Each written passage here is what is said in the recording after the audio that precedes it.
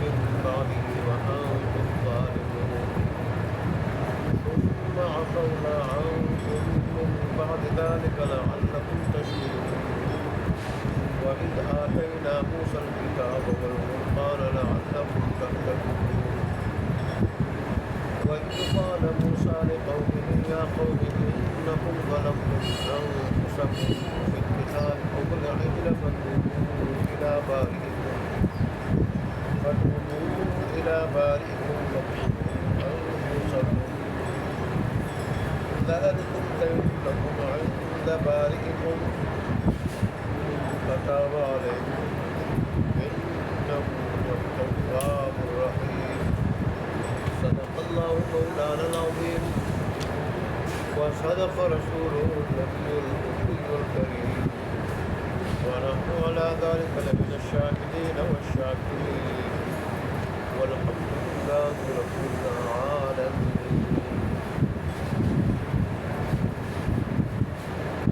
بنی اسرائیل پہ اللہ تبارک و تعالیٰ کے خصوصی انعامات کے ذکر کا سلسلہ جاری ہے.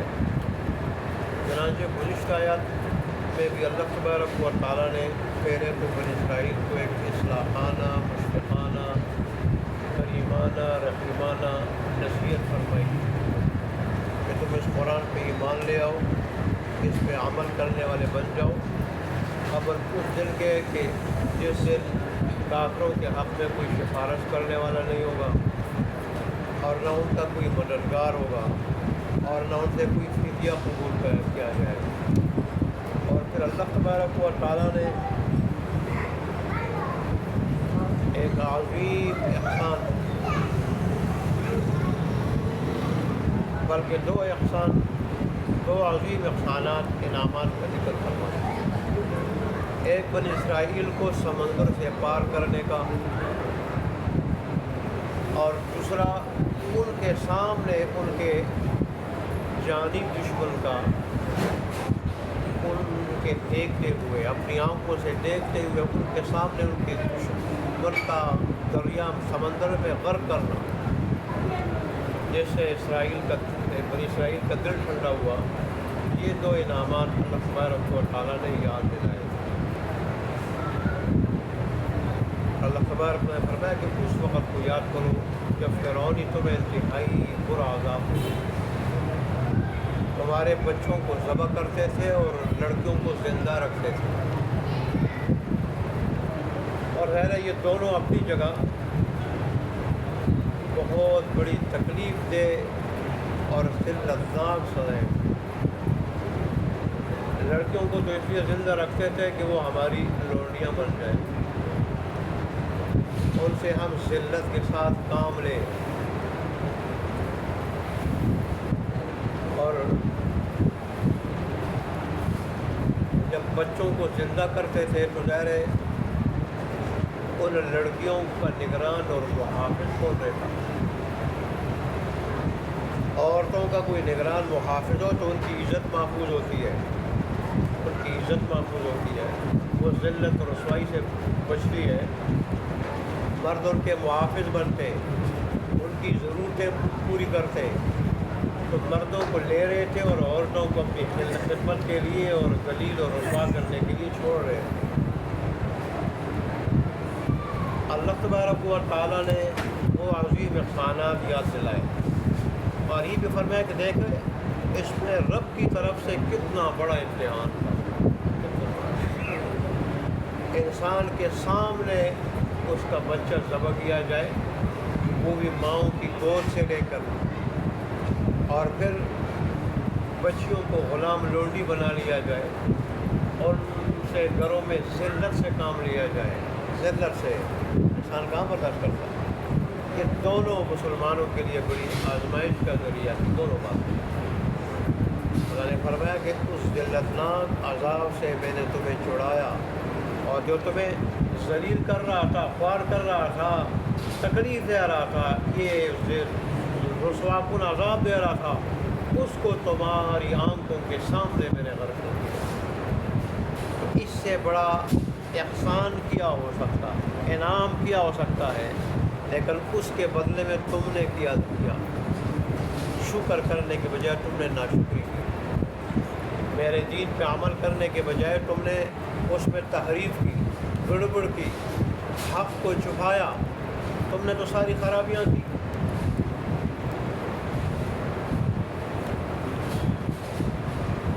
آج مزید احسانات کا ذکر ہے۔ سب سے بڑا احسان یہ اور انعام یہ کہ اللہ تبارک و تعالیٰ نے تورات جیسی عظیم الشان کتاب بنا۔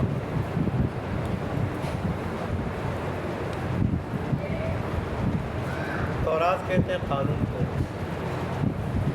اور یہ قانون بنی اسرائیل نے خود مانگا تھا۔ جیسے میں کہا کرتا ہوں درس میں، جب فرعون سے نجات پائی تو خود کہنے لگے فرعون کی غلامی سے ہم نے نجات پائی، اب ہم چاہتے ہیں کہ کوئی خدائی قانون ہو، اس کے مطابق ہم زندگی گزاریں۔ پہلے تو ہم نے زندگی گزاری فرعون کی غلامی میں، اب ہم چاہتے ہیں کہ کوئی خدائی قانون ہو۔ موسیٰ علیہ السلام نے اللہ تبارک و تعالیٰ سے درخواست کی، اللہ تبارک و تعالیٰ نے فرمایا کہ 40 دن اعتکاف میں بیٹھو، کوئی دور نہیں، اور پھر تمہیں کتاب مل جائے گی۔ انجیل کا معنی بشارت ہے۔ تو تورات کو تورات اس لیے کہا جاتا ہے کہ تورات کا معنی قانون، اور یہ قانون انہوں نے خود مانگا تھا کہ کوئی خدائی قانون ہو، شرعی قانون ہو، تو اللہ نے فرمایا کہ یہ لو میرا قانون جو تم مانگ رہے تھے، یہ میرا قانون ہے، اس پہ عمل کرو۔ اور انجیل کا معنی بشارت کہ اس میں عیسیٰ علیہ السلام کا جہاں اللہ تبارک و تعالیٰ کی توحید کی طرف، وحدانیت کی طرف لوگوں کو بلانا یہ ذمہ داری تھی، وہاں آخری نبی کی پیشن گوئی، خوشخبری دینا یہ ان کی ذمہ داری تھی۔ قرآن میں اس کا ذکر ہے۔ اس لیے انجیل کو کیا انجیل اس لیے کہا جاتا ہے کہ انجیل کا معنی سریانی زبان کا لفظ ہے، انجیل کا معنی خوشخبری، اس میں رسول اللہ کو خوشخبری دی گئی۔ اور زبور کا معنی صحیفہ ہے، صحیفہ تو ظاہر وہ صحیفے کی شکل میں ایک چھوٹی کتاب تھی۔ صحیفہ چھوٹی کتاب کو کہا جاتا ہے، چھوٹی کتاب، اور پھر وہ دعاؤں پہ، واعظ و نصیحتوں پہ وہ مشتمل ہے۔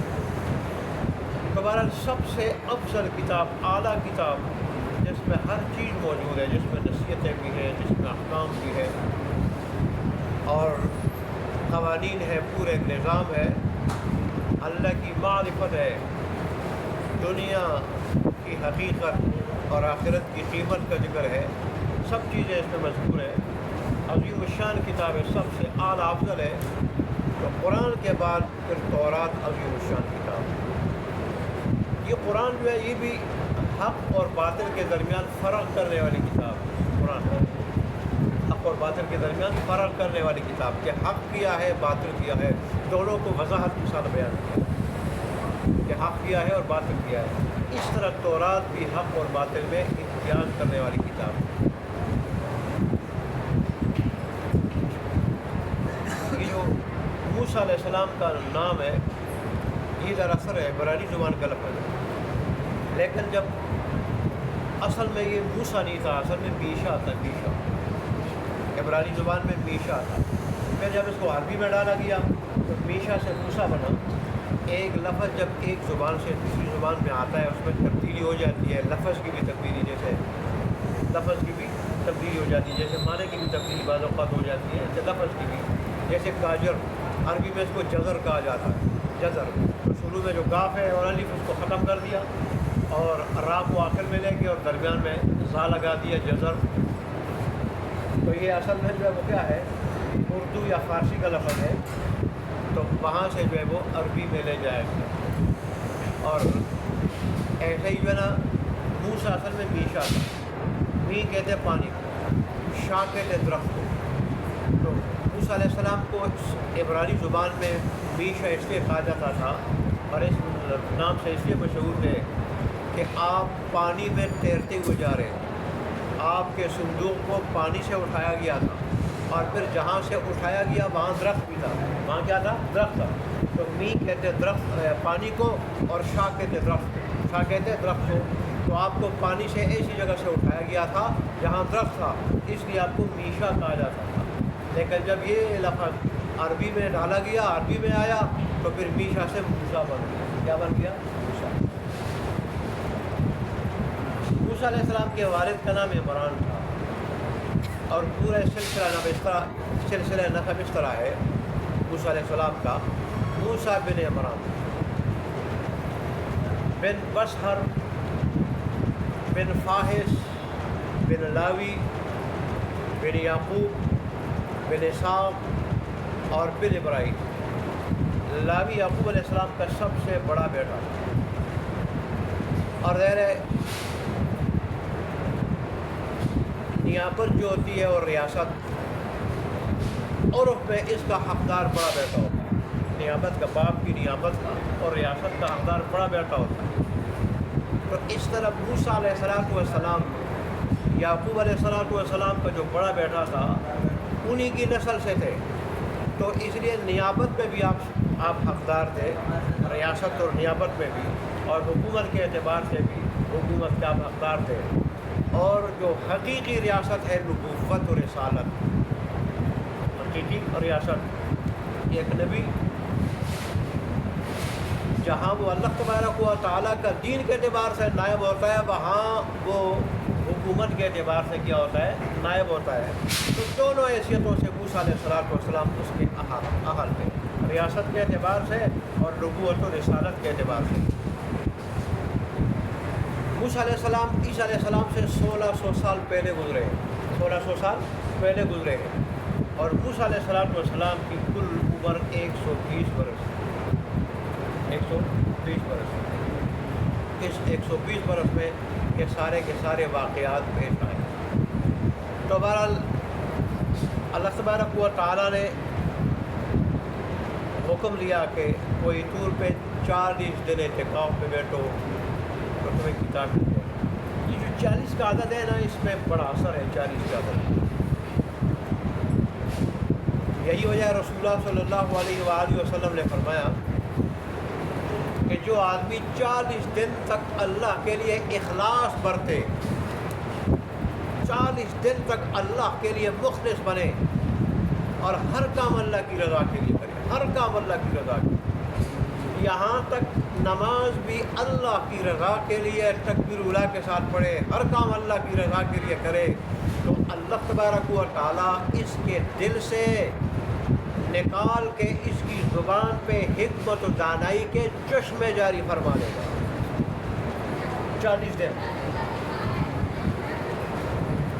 ایسے ہی آدم علیہ السلام کی خمیر کے بارے میں آتا ہے, مٹی کے بارے میں, کہ اس کی خمیر جو ہے نا 40 دن تک آدم علیہ السلام کی خمیر تیار کی گئی.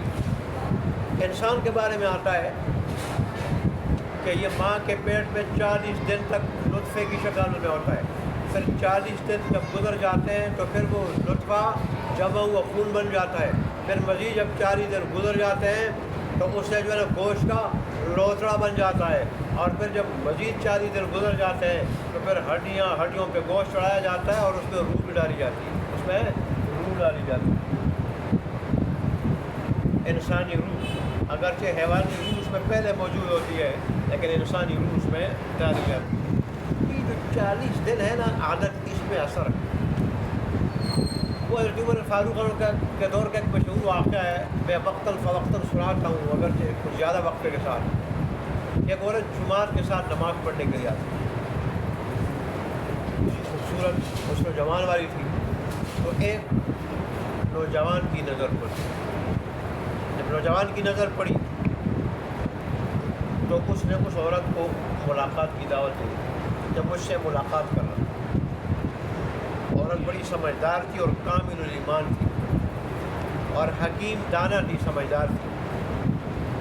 وہ سمجھ گئی کہ یہ فتنے میں مبتلا ہو چکا ہے. تو ٹھیک ہے, ایک شرط کے ساتھ میں ملاقات کروں کہ حضرت عمر فاروق اور ان کے پیچھے 40 دن تک نماز پڑھنا, لیکن تکبیر اولیٰ کے ساتھ, تکبیر اولیٰ فوت نہ ہو جائے, 40 دن تک نماز پڑھنا. اس لڑکے نے اس کو ایک آسان عمل سمجھتے ہوئے اس کو آسانی سے قبول کر لیا. ابھی 12 دن اس نے نماز پڑھی تھی کہ اس میں تغیر, تبدیلی جو ہے نا شروع ہو گئی، تبدیلی آنا شروع ہو گیا، تغیر آنا شروع ہو گیا، اور جب 40 دن مکمل ہو چکے تو اس کے دل کی کایا پلٹ چکی۔ پھر عورت نے پیغام بھیجا، عورت نے پیغام بھیجا، جب تیری شرط پوری ہو چکی ہے اب میں ملاقات کے لیے تیار ہوں۔ اس نے کہا کہ مجھے رب مل چکا ہے، اب تجھ سے ملاقات کی مجھے کوئی ضرورت نہیں، مجھے رب مل چکا ہے، رب سے ملاقات ہو چکی ہے، رب مل چکا ہے، اب تیری ملاقات کی کوئی ضرورت نہیں۔ پھر اس نے وہ واقعہ اپنے شوہر کو سنایا، اور شوہر نے حضرت عمر فاروق کو واقعہ سنایا، تو حضرت عمر فاروق نے فرمایا صدق ربی، صدق ربی، بے شک میرے رب نے سچ فرمایا، کیا ان الصلاۃ تنہی عن الفحشاء والمنکر، ان الصلاۃ تنہی عن الفحشاء والمنکر، کہ بے شک نماز بے حیائی کو اور برے کاموں سے اور بے حیائی سے روکتی ہے نماز۔ لیکن علماء نے کہا نماز نماز ہو، نماز پیچھے پڑھنے والا، جیسے میں نے کل کہا تھا، اس کو پتہ چلے امام کیا کہہ رہا ہے، امام کے پیچھے اگر پڑھ رہا ہے اس کو پتہ چلے امام کیا کہہ رہا ہے، یہ نہ امام آگے کہہ رہا ہو اس کو پتہ نہیں اس نے پہلی رکعت میں کیا پڑھا، دوسری رکعت میں، والوں کو بھی پتہ نہیں ہوتا پہلی رکعت میں کیا پڑھا، دوسری رکعت میں کیا پڑھا۔ یہ راجہ بازار میں، موچی بازار میں، اور روڈوں میں، بار اور دکانوں میں اور پارکوں میں گھوم رہا ہے، اس کو پتہ ہی نہیں، اور اگر خود پڑھ رہا ہے تو پتہ نہیں میں کیا پڑھ رہا ہوں، خود پڑھ رہا ہے تو پتہ نہیں میں کیا پڑھ رہا ہوں۔ پورا دیان ہو، اور پھر خشوع اور خضوع ہو، اور پھر وضو بھی اچھی طرح کیا، وضو بھی اچھی طرح کیا ہو۔ وضو اگر اچھی طرح نہ ہو تو اس کا بھی انسان کے باطن پہ، دل پہ، اور پھر دل پہ جب اثر پڑتا ہے باطن پہ تو نماز پہ بھی اثر پڑ جاتا ہے۔ خود رسول اللہ صلی اللہ علیہ وسلم کا واقعہ ہے کہ ایک مرتبہ آپ نے سورہ روم شروع فرمائی غالباً فجر کی نماز میں، اور پھر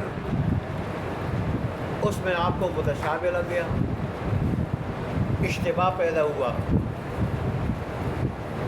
تو رسول اللہ صلی اللہ علیہ وسلم جب نماز سے فارغ ہوئے تو فرمایا کہ تم لوگ کیا تم میں سے بعض لوگ ایسے ہیں جو طہارت اور وضو میں اہتمام نہیں کرتے، احتیاط نہیں کرتے، اور اچھی طرح وضو نہیں کرتے، اچھی طرح وضو نہیں کرتے، تو اس طرح پھر ان کے اچھی طرح وضو نہ کرنے کی وجہ سے ہم پہ اس کا اثر پڑتا ہے،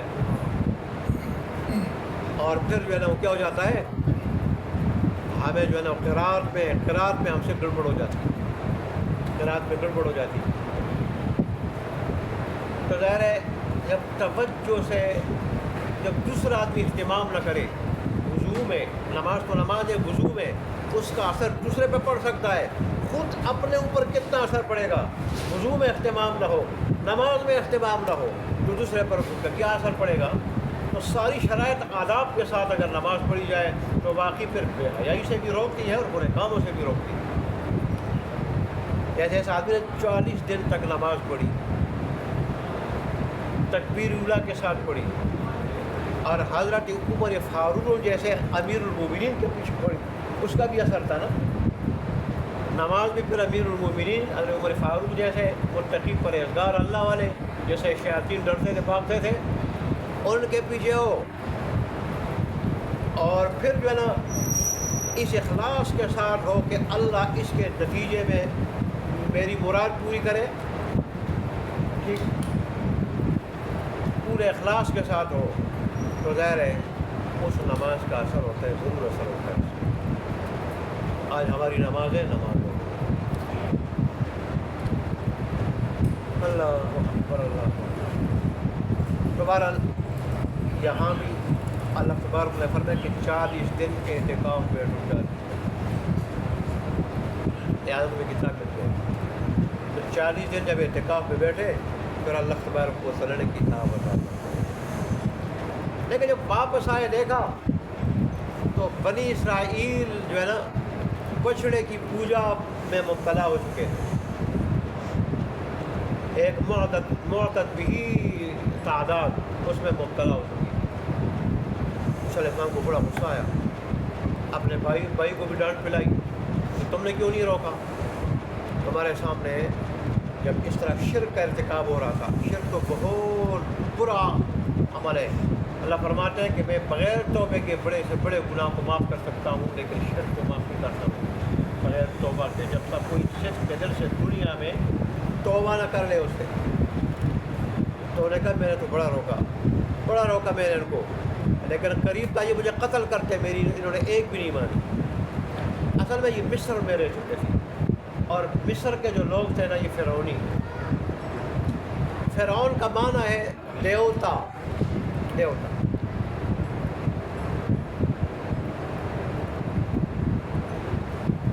بت, اور یہ وہ بت تھا, وہ دیوتا تھا جو گائے کی شکل پہ یا بھیڑ کی شکل پہ بنایا گیا تھا.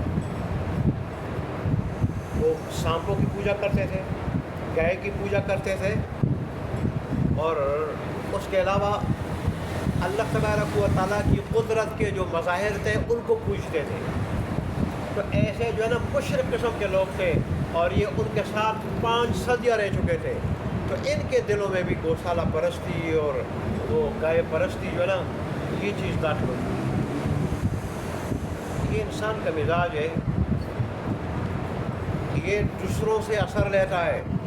جب دوسروں کے ساتھ رہ جائے تو ان سے اثر لیتا ہے. ہمارے مسلمان ہندوستان کے ہندوؤں کے ساتھ رہ چکے ہیں, تو انہوں نے ہندوؤں سے بہت ساری رسمیں لی ہیں, حالانکہ وہ خالص رسمیں ہیں, شریعت سے دین سے ان کا کوئی تعلق نہیں ہے. شریعت اور سنت اور دین سے متصادم ہے. یہ جو فوتگی کے موقع پر تیجا ہے, یہ 60واں ہے, یہ 40واں ہے, یہ سال ہے. شادی کے موقع پر مہندی ہے, صحرا بندی ہے, مہندی ہے, ٹھیک.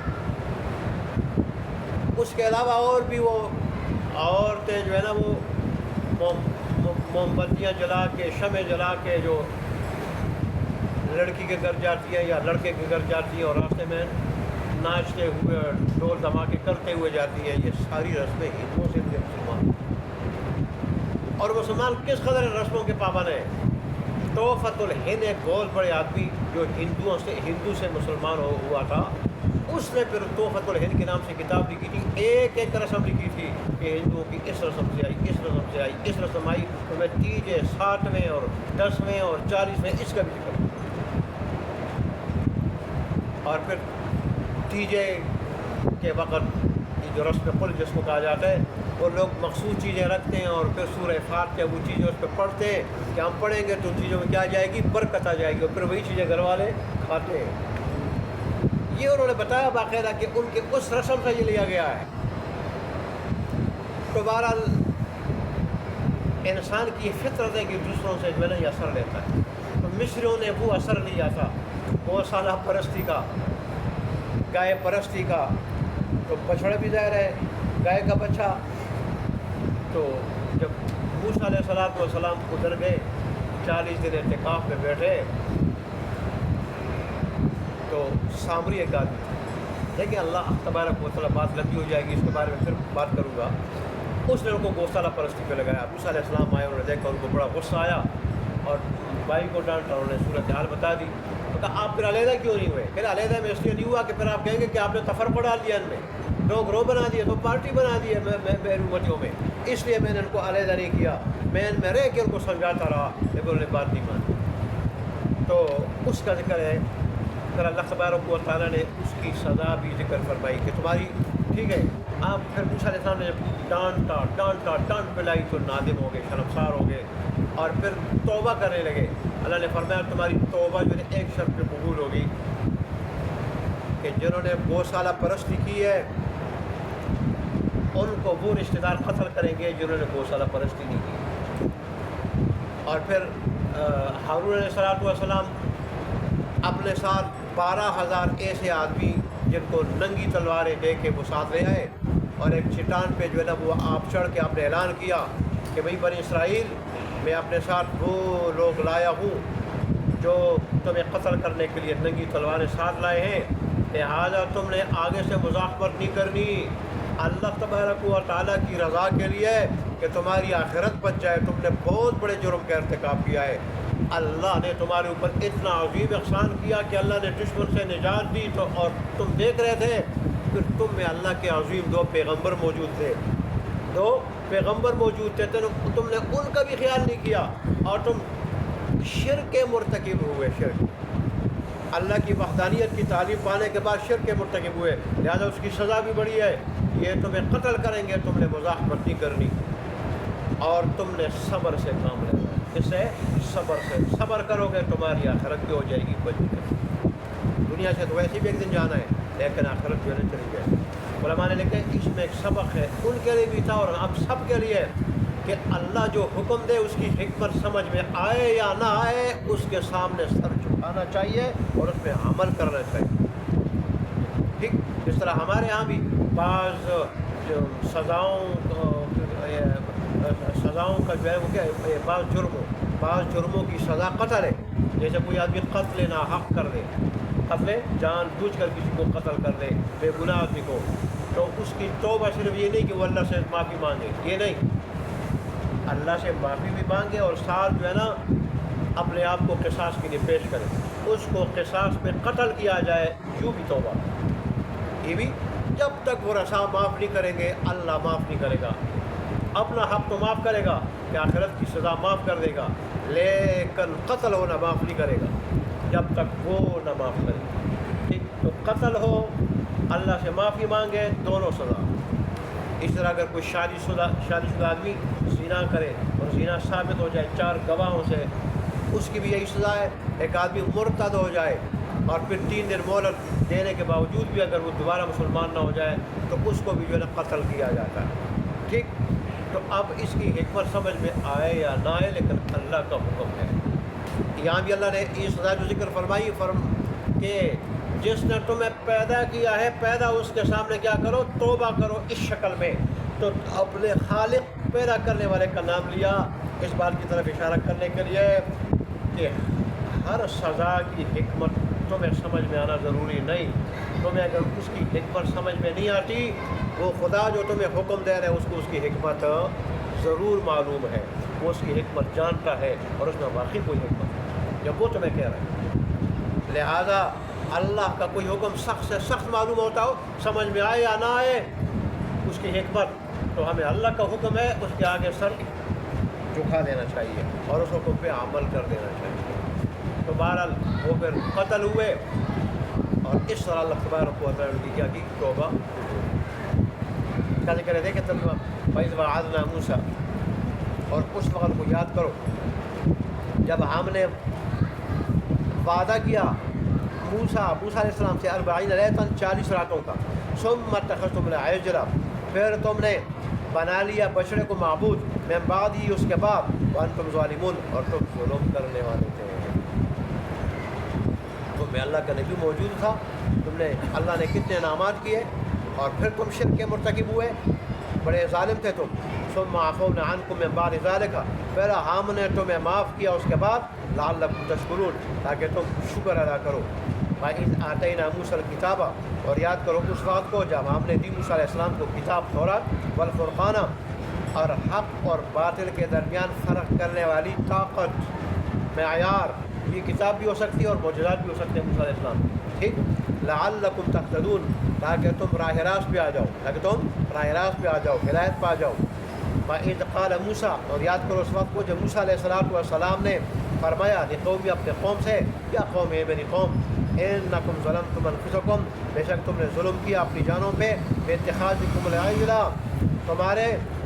تمہارا بچڑے کو معبود بنانے کی صورت میں، فتوبوا الی بارئکم، تم توبہ کرو اپنے خالق کے سامنے، اپنے پیدا کرنے والے کے سامنے، فاقتلوا انفسکم، بس قتل کرو اپنے آپ کو۔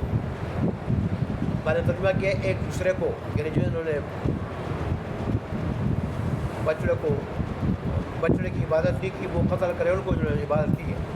ذالکم خیر لکم عند بارئکم، یہ بہتر ہے تمہارے واسطے تمہارے خالق کے نزدیک، بارئکم خالق پیدا کرنے والا، فتاب علیکم، بس وہ متوجہ ہوا تمہارے اوپر، یعنی اس نے توبہ تمہاری قبول کی، بس اس نے تمہاری توبہ قبول کی۔ انہ هو التواب الرحیم، بے شک وہ توبہ قبول کرنے والا اور انتہائی رحم کرنے والا ہے۔ تعالیٰ ہمیں عمل کرنے